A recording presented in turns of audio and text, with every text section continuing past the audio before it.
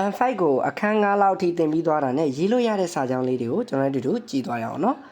အဲ့တော့နံပါတ်1မှာကျတော့ဘယ်နိုင်ငံကပါလဲအဲ့တော့ဘယ်နိုင်ငံကလဲဆိုပေမဲ့ကျွန်တော်ဂျပန်မှာတော့တိုင်းရမပြောဘူးပေါ့ဗျာဂျပန်မှာကျတော့တိုင်းပြည်ကဘယ်ဘက်မှာလဲပေါ့เนาะတိုင်းပြည်ဆိုတော့အိုကူနီပေါ့เนาะသူများနိုင်ငံဖြစ်တဲ့အတွက်ကြောင့်เนาะအိုကူနီเนาะအိုကူနီเนาะဒီဟာဆိုတော့အိုကူနီကဘယ်ဘက်မှာပါလဲပေါ့เนาะဒိုချီရာနော်ဒိုချီရာနဲ့မေးပြီနော်ပို့ပြီးတော့ယဉ်ကျေးအောင်လို့အဲ့တော့အိုကူနီကဒိုချီရာဒက်စကာဆိုပြီးတော့ပြောတော့ဗောနော်ဘယ်နိုင်ငံကပါလဲအိုကူနီကဒိုချီရာဒက်စကာဒါဆိုရင်ရှင်းပြတယ်ဘယ်နိုင်ငံကပါလဲတိုင်းပြည်ကဘယ်ဘက်မှာပါလဲဗောနော်အဲ့တော့ဒုတိယတစ်ကြောင်းကြတော့ဆိုနီကဘယ်ကထုတ်တဲ့ကင်မရာလဲဆိုနီဆိုတော့ဆိုနီတိုင်းပဲထားလိုက်ဗောနော်ဆိုနီဟာဆိုတော့ဆိုနီဝါဗောနော်အဲ့တော့ဘယ်ကထုတ်တဲ့ဆိုတော့ကျွန်တော်ဒိုကိုနော်ဒိုကိုနော်ကင်မရာဆိုတော့ကာမရာပေါ့နော်ကျွန်တော်ခတာကလာနေတယ်ရေးမယ်ကာမရာနော်ကာမရာဆိုနီကဘယ်ကထုတ်တဲ့ကင်မရာဖြစ်ပါတယ်လဲဆိုတော့ဒက်စကာပေါ့နော်ဒက်စကာဆိုနီကဘယ်ကထုတ်တဲ့ကင်မရာလဲဆိုနီကဒိုကိုနော်ကာမရာဒက်စကာအဲ့တော့ကျွန်တော်နံပါတ်3မှာကျတော့ဘန်က9နိုင်ကနေ3နိုင်အထိဖြစ်တယ်ဘန်ဆိုတော့ကျွန်တော်တို့ဂင်ကိုပေါ့နော်ဂင်ကိုနော်တန်လေးတင်ဂင်ကိုတန်ရှိလေးဆွဲပါနော်ဂင်ကိုက9နိုင်ရနေဆိုတော့ခူဂျီ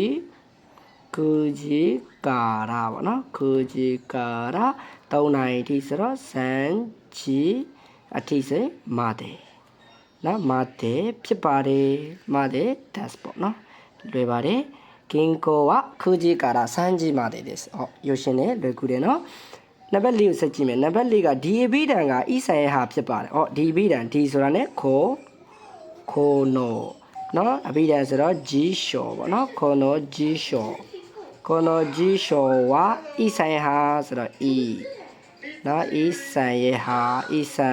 ဆိုတော့ no das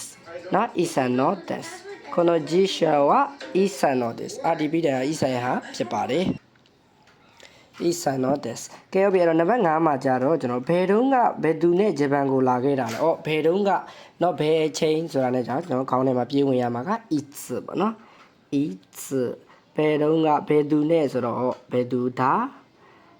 တွေပေါ့နော်ဒါတွေနော်ဘယ်တုန်းကဘယ်သူနဲ့ဒါတွေတော့ပေါ့နော်နှစ်အတူဖြစ်တဲ့ကြောင့်တိုလေးတင်သုံးနေဒါတွေတော့ဂျပန်ဆိုတော့နီဟွန်ပေါ့နော်နီဟွန်သွားတယ်လာတယ်ဆိုတာ ਨੇ ကျွန်တော်ဂျောရှိပါတီကလေးက A ကိုသုံးပေးရတယ်လीနော်အဲ့တော့ဒါတွေ it's ဒါတွေတော့နီဟွန်လာခဲ့တာလေဆိုတော့ခီမရှိတာကာပေါ့နော် it's ဒါတွေတော့နီဟွန်ခီမရှိတာကာဘယ်သူနဲ့ဘယ်တော့ကဘယ်သူနဲ့ဂျပန်ကိုလာခဲ့တာလဲဆိုတဲ့စာကြောင်းလေးအဲ့တော့နံပါတ်6မှာကျတော့ကျွန်တော်မနက်ဖြန်နော်4နိုင်အထိအလုပ်လုပ်မယ်မနက်ဖြန်ဆိုတော့အာရှိတာနော်အာရှိတာ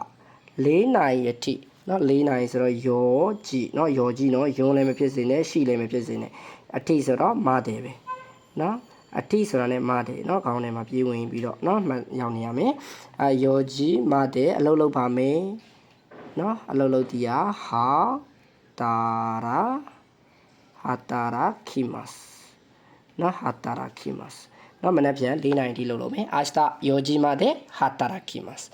အဲ့တော့နံပါတ်9သွားမယ်တငယ်ချင်းနဲ့ဘတ်စကာဖြစ်အိမ်တို့ပြန်လာခဲ့တငယ်ချင်းဆိုတော့တိုမိုဒါချီနော်တိုမိုဒါချီနှစ်အတူဆိုတော့ကျွန်တော်ခေါင်းထဲမှာတိုမိုဒါချီတို့ဘတ်စကာဆိုတော့ဘာစုပေါ့နော်ဘာစုတိုမိုဒါချီတို့ဘာစုဖြစ်နေဆိုတာ ਨੇ ကျွန်တော်ခေါင်းထဲမှာကဖြစ်နေဆိုတော့မှာပါနော်ဖြစ်နော်ဘာဖြစ်နေဆိုတော့ကျွန်တော်ဒေပေါ့နော်ဒီမှာဆက်အမှန်မှာမြန်မာစာတော့မှားရေးမိသွားတယ်နော်ဘာစတဲ့အိမ်တို့ပြန်လာတယ်ဆိုတော့အိမ်ဆိုတော့ဥချီပေါ့နော်ဥချီတို့ဆိုတာ ਨੇ ပြန်လာခဲ့တယ်အခါရီပြန်လာခဲ့တယ်ပြီးသွားပြီဆိုတော့မရှိတာနော်တငယ်ချင်းနဲ့အိမ်ကိုပြန်လာခဲ့တယ်ထိုမိုဒါချီတော့ဘာစတဲ့ဥချီခိုင်ဒီမှာစတာဒီလောက်ဆိုရင်တော့အလုံးအဆင်ပြေကြလိမ့်မယ်လို့ထင်တယ်အဲ့တော့မရေးနိုင်သေးတဲ့သူတွေမရေးတတ်သေးတဲ့သူတွေကလည်းထပ်ပြီးတော့စူးစမ်းဖို့အကြံပေးခြင်းပါတယ်နော်နောက်ဗီဒီယိုလေးတွေမှာပြန်တွေ့ကြပါမယ် like and follow လေးတွေလုပ်ပေးခဲ့ကြပါခင်ဗျာ